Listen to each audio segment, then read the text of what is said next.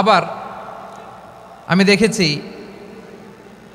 আমার গত সপ্তাহের যশোরের আলোচনার একটা লাইনকে কেন্দ্র করে আমাদের অনেক রাজনীতিবিদ বন্ধুরা অনেক ক্ষুব্ধ প্রতিক্রিয়া দেখাচ্ছেন। ওই কথাকে নিজেদের গায়ে টেনে নিজেদের গায়ে মেখে ওনারা ক্ষুব্ধ হয়েছেন।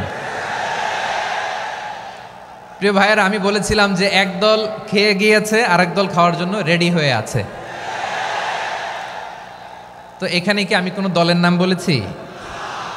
বাংলাদেশে 48টা প্রায় নিবন্ধিত রাজনৈতিক দল, কোনো দলের নাম আমি বলিনি।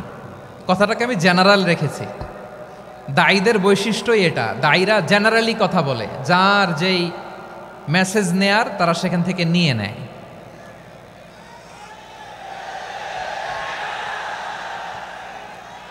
তো কোনো দল এটা নিয়ে কোনো কথা বলল না, আপনারা এটাকে নিজের গায়ে যে মাখালেন এটা ঠিক হয়নি। আমি বলবো যে এটা খুবই অনভিপ্রেত হয়েছে। কোনো দলকে টার্গেট করে বা কোনো দলের পক্ষে আমরা কখনো কথা বলি না। আমরা কোরআনের পক্ষে কথা বলি, ইসলামের পক্ষে কথা বলি, ঠিক কিনা বলেন? সো একটা জেনারেল কথাকে যদি আমার রাজনীতিবিদ বন্ধুরা নিজেদের গায়ে মাখেন, ক্ষুব্ধ প্রতিক্রিয়া জানান, এতে করে সাধারণ জনগণের কাছে একটা নেগেটিভ মেসেজ যাবে ওনাদের ব্যাপারে। এটা হোক আমরা চাই না। এদেশের যত এই যে আমার ভাইয়েরা, এই যে তো আমার প্রিয় রাজনীতিবিদ বন্ধুদের আমি বলবো, কথাটা ছিল ভেরি জেনারেল, এটা নিজেদের গায়ে মাখানোর কোনো দরকার নাই। আমরা এই যে এক্সিস্টিং যে রাজনৈতিক চর্চা, এটা থেকে আমরা বেরিয়ে আসতে চাই। আমরা চাই না এদেশে চাঁদাবাজি, দখলবাজি থাক, ঠিক কিনা বলেন? এদেশে কোনো দুর্নীতি থাক, টেন্ডারবাজি থাক, এগুলো আমরা চাই।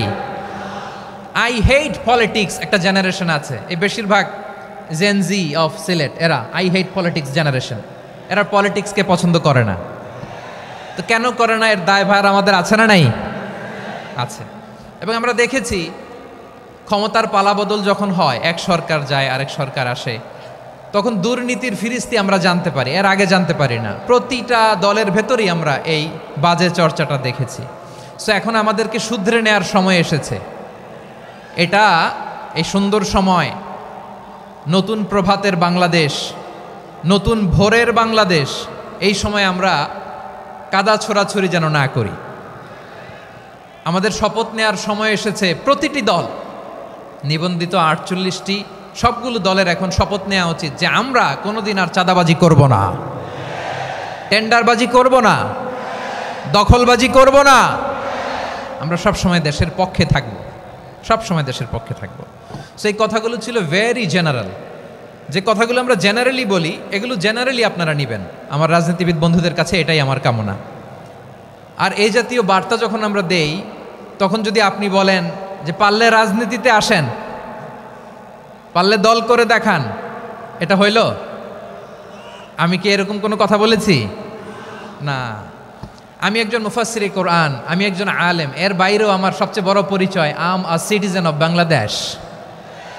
আমি বাংলাদেশের একজন সাধারণ নাগরিক। আমার দেশের যে কোনো সমস্যা, যে কোনো ইনকনসিস্টেন্সি, অসঙ্গতি নিয়ে মত প্রকাশের স্বাধীনতা আমার আছে না নাই?